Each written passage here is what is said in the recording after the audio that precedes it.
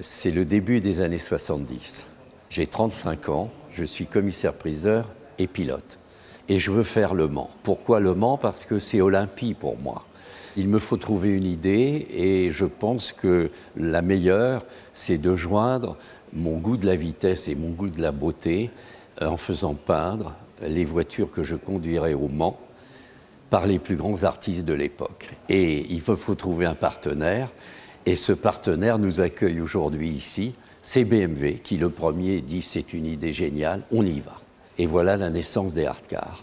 À ce moment-là, je leur propose un premier artiste, qui est Calder, l'artiste qui a inventé le mouvement dans la sculpture. Et l'art de Calder, des grands aplats de couleurs, se prêtait à tout ça. Alors Frank Stella passait après Calder, et l'idée géniale de Stella a été de faire l'anti-Calder. Il a, en projetant ce papier millimétré sur la voiture, voulu suggérer ce qu'on ne voit pas, c'est-à-dire la beauté mécanomorphe.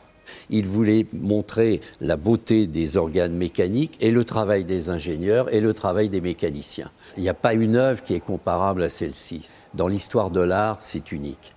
Liechtenstein, par exemple, s'est servi des soleils qu'il utilisait dans ses toiles et des dots, les points, sans rien changer parce que ça correspondait au cycle des 24 heures et que ces points donnaient à ces voitures l'image féline comme un tigre, vous voyez. Il n'avait pas besoin de changer. Warhol, en revanche, je m'attendais à ce qu'il me fasse des Marilyn et des boîtes de soupe et il a au contraire fait une voiture gestuelle et ce qui l'intéressait c'était le mélange de couleurs. Il me disait à plus de 300 à l'heure, il va y avoir une couleur qui va gagner sur les autres. Mais il ajoutait, mais laquelle? Vous savez que Kunz est l'artiste le plus provocateur de sa génération. Et cette voiture, elle ne se lie pas de l'avant, comme on a le réflexe de le faire, c'est-à-dire des lignes de force qui partent de l'avant. Il y a une espèce à l'arrière, d'explosion, de Big Bang, et toutes les couleurs partent de l'arrière et au contraire poussent la voiture. Et je trouve que la voiture est un chef-d'œuvre. Je voulais donner à un public de non-initiés, le public des 24 heures du Mans, l'idée que l'art contemporain n'était pas réservé à des érudits, à une élite particulière qui nécessitait des connaissances, mais qu'on pouvait rentrer dans la beauté comme ça, spontanément.